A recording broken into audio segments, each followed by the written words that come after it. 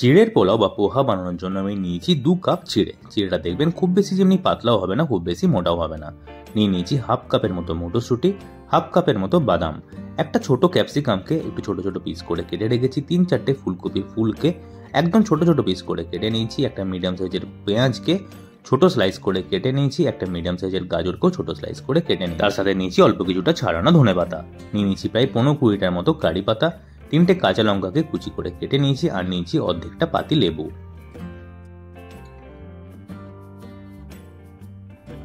এবারে একটা স্ট্রেনার বা বড় ছাঁকনির মধ্যে সমস্ত চিড়েটাকে অ্যাড করে দিচ্ছি। তারপরে জলের সাহায্যে চিড়েটাকে আলতো হাতে ভালো করে ধুয়ে নিতে হবে। চিড়েটা কখনো ভিজিয়ে রাখবেন না, হলে কিন্তু পোহাটা বা চিড়ের পোলাওটা ভালো হবে না, শুধুমাত্র ধুয়ে নিলেই হবে। এবার চিড়েটাকে ভালো করে ধোয়ার পর জল ঝরিয়ে পরে একটা প্লেটের মধ্যে অ্যাড করে দিলাম, নিয়ে চামচের সাহায্যে ভালো করে প্লেটের চারিদিকে ছড়িয়ে নিচ্ছি। ভালো করে ছড়িয়ে নেওয়ার পর এর মধ্যে অ্যাড করছি হাফ চামচের মতো নুন, আর তার সাথে দিয়ে দেবো 1 চামচের মতো চিনি। নুন আর চিনিটা দিয়ে পরে চিড়েটা ভালো করে একবার মিশিয়ে নিতে হবে, মিশিয়ে পরে এটাকে সাইডে রেখে দেবো।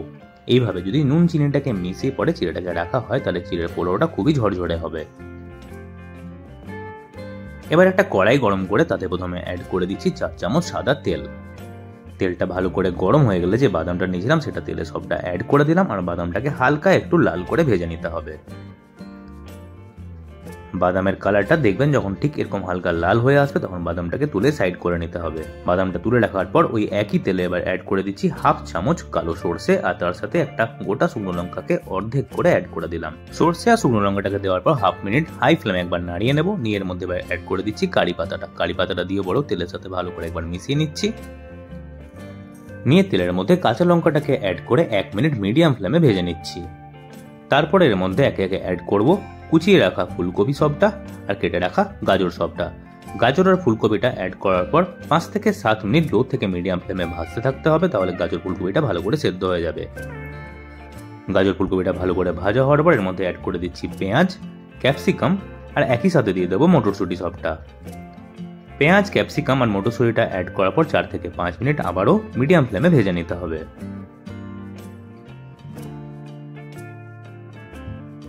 সবজিগুলো ভাজতে ভাজতে প্লেটে থাকা চিড়েটাকেও মাঝে একবার চামচের সাহায্যে নাড়িয়ে নিতে হবে, তাহলে চিড়েটার ঝরঝরে ভাবটা বজায় থাকবে।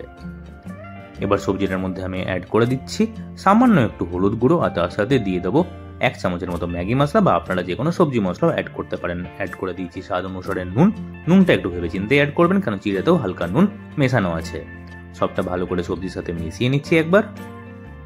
তারপরে এর মধ্যে অ্যাড করে দেবো 7-8টার মতো কাজুকে ভেঙে, আর তার সাথে 10 থেকে 15টা কিশমিশ। কাজু কিশমিশটা অ্যাড করে 1 মিনিট ভালো করে মিশিয়ে নিচ্ছি। সবজিটা খুব ভালো করে রেডি হয়ে গেছে। এরপর এর মধ্যে চিড়েটা সবটা অ্যাড করে দিতে হবে।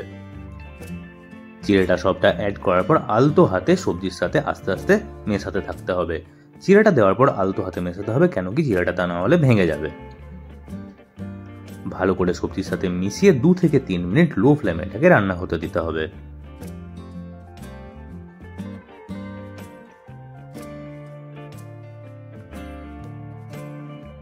মিনিট 2-3 পর এর মধ্যে আবার অ্যাড করে দিচ্ছি ভেজে তুলে রাখা বাদাম সবটা, আর তার সাথে দিয়ে দেবো ধনেপাতা সবটা।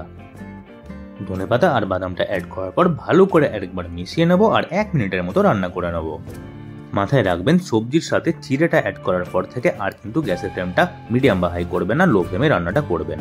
এরপর এর মধ্যে যে লেবুটা নিয়েছিলাম সেটা সবটা জুসটা বের করে এর মধ্যে অ্যাড করে দিলাম। এরপর ভালো করে একবার মিশিয়ে নিলে পরে চিড়ের পোলাও বা পোহা খাওয়ার জন্য একদম রেডি হয়ে যাবে। এই খাবারটা আপনারা রাতের ডিনার বা সকালের জলখাবার যে কোনো সময় ট্রাই করে দেখতে পারেন একবার, এটা খেতে দারুণ হয়। দেখতেই পাচ্ছেন চিড়ের পোলাওটা বেশ ঝরঝরেও হয়েছে, কেন কি আগে ওইভাবে নুন চিনিটা মিশিয়ে রাখা হয়েছিল। আজকের এই রেসিপিটা আপনাদের কেমন লাগলো সেটা কমেন্ট করে জানাবেন। রেসিপিটা ভালো লাগলে ভিডিওটা একটা লাইক করে দেবেন, রেসিপিটা সবার সাথে শেয়ার করবেন। এই চ্যানেলে এরকমই রান্নার ভিডিও আমি শেয়ার করে থাকি, তাই চ্যানেলটাকে অবশ্যই সাবস্ক্রাইব করে দেবেন, পাশে থাকা বেল আইকনটা দাবতেও ভুলবেন না। তাহলে বন্ধুরা আজকে এই পর্যন্তই, দেখা হবে আমার নতুন একটা কুকিং ব্লগের সাথে। অসংখ্য ধন্যবাদ আজকের এই ভিডিওটা দেখার জন্য।